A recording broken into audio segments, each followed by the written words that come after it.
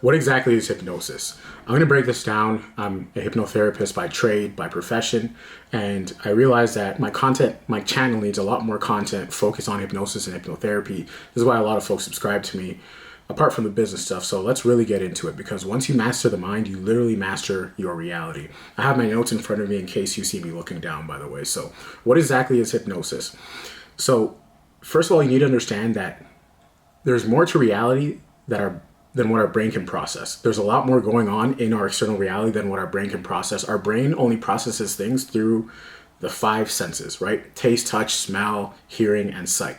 So hypnosis is a focused state of heightened awareness where the mind is more receptive to suggestions, right? Essentially, we are putting the brain temporarily in a completely different reality, in a completely different place, whether we're going back to your past or where we're helping you create and envision a future.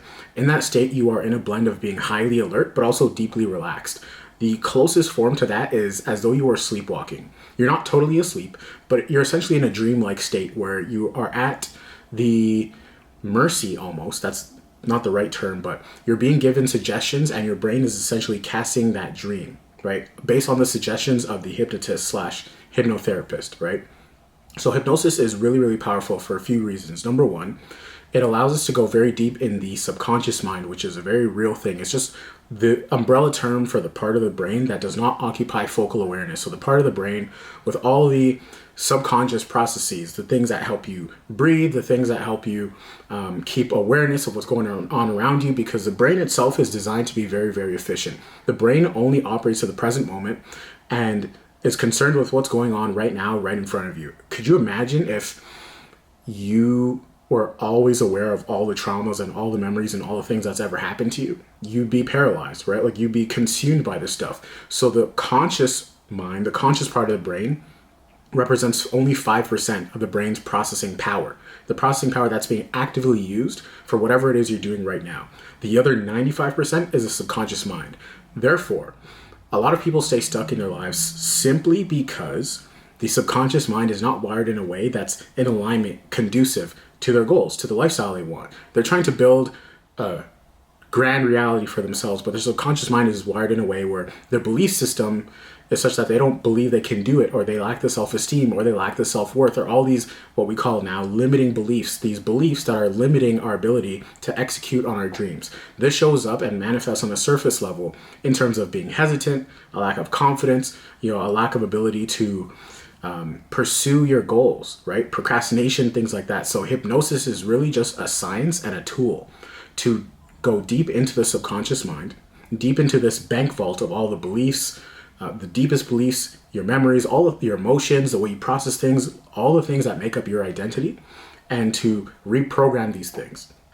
I use that terminology, reprogram, because the mind is literally like a computer. It operates in the exact same way. We put in inputs, which are like the things that have happened to you in the past, and then there are outputs, the way you act, the way you respond, the way you react, the way you see the world, right?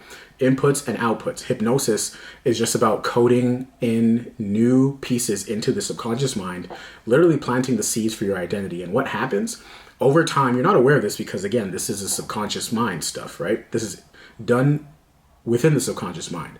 Over time, you are now, first of all, a lot more sensitive to things that are out of alignment with who you now are and in alignment with who you now are. So you're naturally going to be gravitated. You're naturally going to be attracted and gravitate towards the things that align with the new you. And you're naturally going to reject things that are out of alignment. It's like you just lose an appetite for a food you've been eating for a really long time. That's how natural it feels. You're not going to be aware of it, but it will get you results, and it does really have a really, really potent and deep effect. Because again, it's in the deepest part of your mind, right? So let's debunk a couple things. First off, hypnosis is not mind control, right? I want to make that really, really clear. Like, this is completely voluntary. You are able to snap out of it at any point in time. If you don't want to be hypnotized, you won't be, right? So a lot of people say, can I be hypnotized? Can I not be hypnotized?